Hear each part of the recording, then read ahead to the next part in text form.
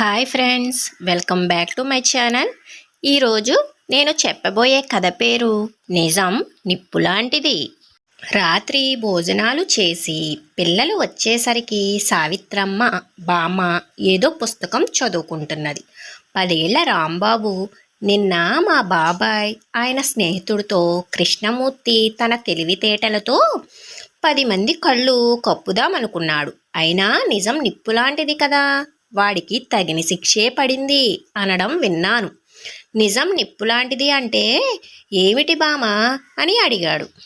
బామ వాణ్ణి ఆప్యాయంగా దగ్గర తీసుకుని కొందరు గోప్యంగా చెడు పనులు చేస్తూ ఉంటారు. అయితే అది ఎప్పుడో ఒకప్పుడు బయటపడి తీరుతుంది. దీన్నే మీ బాబాయి చెప్పాడు. వెనుకటి రామచంద్రం జోగినాథం అనేవాళ్ళు ఇలాగే ప్రవర్తించారు. వాళ్ళ కథ చెప్తాను వినండి. గిరిపురం జమీందారు మాధవయ్య దివాణానికి ఒకసారి ఒక యువకుడు వచ్చి, అయ్యా, నా పేరు విశ్వనాథం. నా విద్య పరీక్షించి ఏదైనా ఉద్యోగం ఇప్పిస్తే మీ పేరు చెప్పుకొని బతుకుతాను అన్నాడు. జమీందారు, మా దివాణంలో రామచంద్రం, జోగినాథం అని 2 పెద్దవాళ్ళు ఏనాటి నుంచో పనిచేస్తున్నారు. నువ్వు నెల్లాళ్ల పాటు వాళ్ళిద్దరి దగ్గర పని చెయ్యి. ఆ తర్వాత వాళ్ళు నిన్ను పనిలోకి తీసుకోమంటే అప్పుడు చూద్దాం అన్నాడు. తెలివితేటలు మాటకారితనము కలిగిన విశ్వనాథం ప్రవర్తన ఆ పెద్దవాళ్ళిద్దరికీ నచ్చింది. ఒక్కొక్క ఆడపిల్లే ఉన్న ఆ ఇద్దరికీ కూడా విశ్వనాథాన్ని మంచి చేసుకుని తమ పిల్లనిచ్చి పెళ్లి చేద్దామన్న ఆలోచన వచ్చింది. జోగినాథం వీలు దొరికినప్పుడల్లా విశ్వనాథంతో, నువ్వా రామచంద్రాన్ని నమ్మకు, అతడికి జమీందారుకు దొంగలెక్కలు చెప్పి డబ్బు జేబులో వేసుకునే అలవాటుంది అనేవాడు. ఇక రామచంద్రం విశ్వనాథంతో, జోగినాథం చీటికి మాటికి ఇంట్లో ఎవరికో ఒకరికి ఏదో రోగం వచ్చిందని కళ్ళబొల్లి ఏడుపులు ఏడ్చి జమీందారు దగ్గర డబ్బు గుంజుతూనే ఉంటాడు. అలాంటి వాడితో జత కట్టావనుకో, నీకు చెడ్డ పేరు రావడం ఖాయం అంటూ పదే పదే చెబుతూ ఉండేవాడు. ఈ పెద్దలు ఒకరిపై ఒకరు చెప్పుకునే చాడీలు విని విని విసిగిపోయిన విశ్వనాథం వాళ్ళ మాటల్లో ఉన్న నిజ నిజాలు తెలుసుకోవాలనుకున్నాడు.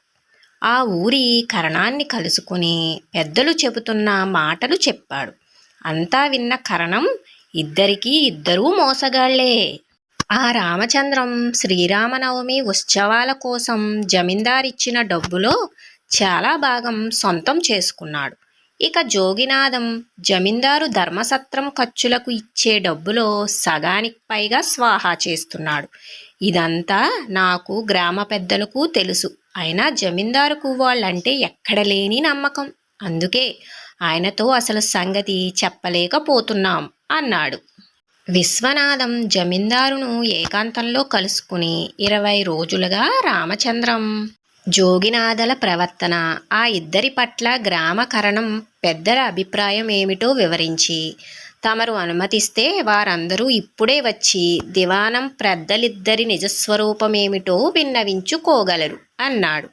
జమీందారు విశ్వనాథం మాటలకు ఒక్క క్షణం మాట రానట్టు ఉండిపోయి, కరణం ఊరి పెద్దలు వచ్చి సాక్ష్యం పలకనవసరం లేదు, వాళ్ళ నిజాయితీని నేను ఎరుగుదును. నిజం నిప్పులాంటిది కదా, ఎన్నాళ్ళని దాచగలరు? ఈ క్షణం నుంచి రామచంద్రం, జోగినాథాలతో సహా ఉద్యోగులందరి మీద అధికారిగా నిన్ను నియమిస్తున్నాను అంటూ విశ్వనాథాన్ని మెచ్చుకున్నాడు. కథ ముగించిన బామ, మనం చేసే చెడ్డ పనులు ఎంత రహస్యంగా చేసినా ఎప్పుడో ఒకప్పుడు బయటపడక తప్పదు.